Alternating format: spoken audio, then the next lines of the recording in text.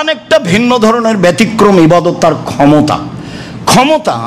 উকবা বিন আমের রাদিয়াল্লাহু তাআলা আনহু বলেন, রাসূল সাল্লাল্লাহু আলাইহি সাল্লাম বলেছেন, ইন্না সাদকাতা তুতফিউল খাতিয়াতা কামা ইউতফিল মাউন নারা। ক্ষমতা, দান মানুষের পাপকে মিটিয়ে দিতে পারে, পানি যেমন আগুনকে নিভিয়ে দিতে পারে। আমার ভাষা এটা নয়, এটা মুহাম্মদ সাল্লাল্লাহু আলাইহি সাল্লামের কথা। আমি বাংলা করে আপনাকে শোনাচ্ছি। এই কথা মুহাম্মদ সাল্লাল্লাহু আলাইহি সাল্লাম তার মুখে বলেছেন যে মানুষের দান মানুষের পাপকে মিটিয়ে দিতে পারে, পানি যেমন আগুনকে নিভিয়ে দিতে পারে। উকবা বিন আমের রাদিয়াল্লাহু তাআলা আনহু বলেন, রাসূল সাল্লাল্লাহু আলাইহি সাল্লাম বলেছেন, ইন্না সাদকাতা কুল্লু ইমরিন ইয়াকুনু ফি জিল্লি সাদাকাতিহি ইয়াউমাল কিয়ামা। প্রত্যেকটা মানুষ বিচারের মাঠে তার দানের ছায়াতলে থাকবে। যেদিন আকাশে সূর্য থাকবে না, সূর্য থাকবে মানুষের মাথার 1 মাইল উপরে, অর্ধ হাত কথা ঠিক নাই। সেই দিন প্রত্যেকটা মানুষ, পুরুষ নারী, তার দানের ছায়াতলে থাকবে। হাত্তা ইউজা বাইনান নাস, যতক্ষণ পর্যন্ত বিচার না হবে। 7 দিন 8 দিন, সকাল হবে সন্ধ্যা হবে, বিচার হচ্ছে না, আটকা আছে মানুষ। যদি একদিন আটকা থেকে 50,000 বছর, বিচার শেষ হচ্ছে না। যতদিন পর্যন্ত বিচার শেষ না হবে, আপনি যদি দান করে থাকেন তাহলে আপনি বিচারের মাঠে সে দানের ছায়াতলে থাকবেন। এই কথা মুহাম্মদ সাল্লাল্লাহু আলাইহি সাল্লাম বলেন। তিনি দানের ক্ষমতাতে বলেন, উকবা ইবনে আমের বলেন, রাসূল সাল্লাল্লাহু আলাইহি সাল্লাম বলেছেন, ইন্না সাদকাতা তুরফিউ আন আহলি হাররাল কুবুরে। নিশ্চয় দান কবরের শাস্তিকে বন্ধ করে দেয়, কবরের শাস্তিকে মিটিয়ে দিতে পারে। এর নাম দান, ক্ষমতা। এরপরে বলছেন আল্লাহ নবী, ইন্নামা ইয়াস্তাজিল্লুল মুমিন ইয়াউমাল কিয়ামা ফি জিল্লি সাদকাতিহি। অবশ্যই অবশ্যই মুমিন পুরুষ নারী বিচারের মাঠে তার দানের ছায়াতলে থাকবে। এই কথা মুহাম্মদ সাল্লাল্লাহু আলাইহি সাল্লাম বলেন। আনাস রাদিয়াল্লাহু তাআলা আনহু বলেন, রাসূল সাল্লাল্লাহু আলাইহি ওয়াসাল্লাম বলেছেন যে, ইন্না সাদকাতা সিররে তুতফিউ গাযাবার রাব্বে।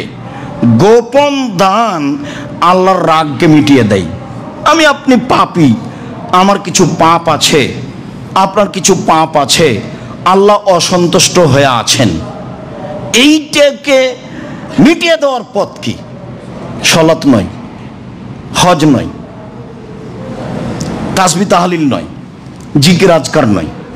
এইটা মিটিয়ে দেওয়ার পথ হলো দান, গোপনে দান।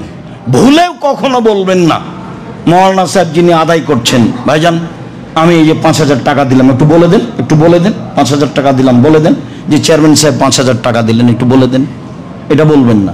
মায়েরা খেলে যার হাতে দিয়েছি সে খাই, আমারও তো ঠেকা বাঁধেনি। আমি তো দান করেছি আল্লাহকে সন্তুষ্ট করার জন্য। যে মেরে খেয়েছে সে তার জবাব দিবে, আমাকে জবাব দিতে হবে না। আপনি সম্ভবপর চেষ্টা করবেন গোপনে দান করা। প্রকাশ্যে তো দান করা যায়, ও তো আল্লাহ বলছেন গোপনে দান করো, প্রকাশ্যে দান করো। আল্লাহ নবী খোলা মাঠে বললেন, খুব বিপদগ্রস্ত দিনে, যেদিন বাড়ি থেকে বের হওয়ার কোনো পথ নেই, টাকা নাই, পয়সা নাই, খেজুর নাই, খেজুর মাত্র গাছে পাকছে, রৌদ্র খুব বেশি, 600 কিলোমিটার পথ হেঁটে যেতে হবে। সেদিন তিনি খোলা মাঠে বললেন, যেতে হবে তাড়াতাড়ি এখনই, কে কি দিতে পারো? সেদিন সুযোগ বুঝে ওমর বলেছিলেন, আজ আমি আবু বকর সিদ্দিককে পরাজয় করবই। কথাটা উল্লেখ হয়েছে হাদিসে। আমি যে পরিমাণ দান করব সেই পরিমাণ আবু বকর সিদ্দিক পারবেন না, এটা আমি খুব ভালোভাবে জানি। একই জায়গায় থাকেন তো, টাকা পয়সার অবস্থা বুঝেন। তো বলছে আমি অর্ধেক দিলাম। তো আল্লাহ রাসূল খুশি, ভালো। আবু বকর সিদ্দিক তো বলছে না, আপনাকে আর আল্লাহকে বাড়িতে রেখে যা আছে সবই দিলাম। এবার হলো, যা আছে সবই দিলাম, একটা ভ্যান ভাড়াও কিন্তু হবে না। তো কথা ডিঙ্গিয়ে কিয়ামত পর্যন্ত আর কেউ যেতে পারবে না। এবার যে টাকাতে কাজ হবে তাকে বলছেন, উসমান।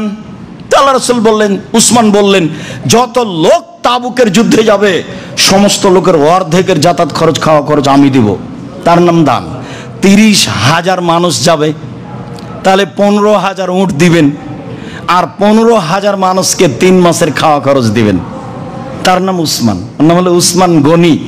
সবচেয়ে বড় ব্যবসায়, ব্যবসা করে খাবেন। আমি যেটা বলেছি সেই পরামর্শ গ্রহণ করবেন।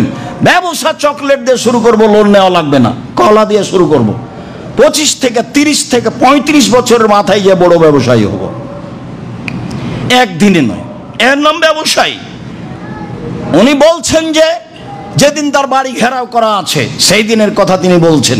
আমার এখানে লম্বা কথা বলার সুযোগ নাই, আমি এতটুক বলছি যে উনি বললেন যে আমি যেদিন খলিফা নির্বাচিত হই সেদিন সারা আরব ভূখণ্ডে সবচেয়ে উট আমার বেশি ছিল। তার মানে আমি উট ব্যবসায়ী, তার মানে আমি আরব ভূখণ্ডে সবার চেয়ে বড় ব্যবসায়ী। আমার এখন একটা উট আছে হজ করার জন্য, আমি এর কোনো অর্থ সম্পদ রাখিনি। তো যারা বাড়ি ঘেরাও করে আছে তারা বলেছে সব কিছু দিয়ে দিলে হবে না, পদত্যাগ করতে হবে, নাহলে আপনাকে হত্যা করব। পদত্যাগ করেন। আল্লাহ নবী বলেছেন তুমি পদত্যাগ করবা না। তো দুটাই মুখামুখি। এরা বলছে পদত্যাগ করেন, আর উনি পদত্যাগ করবেন না। কেন? আল্লাহ নবী কি করেছেন? না করে দিয়ে চলে গেছেন যে তুমি পদত্যাগ করবা না। সম্মানিত দিনী ভাই বোন, আমার মাথায় যে কথা জাগছে সে কথাগুলো আমার বলছি না, অন্য সবাই।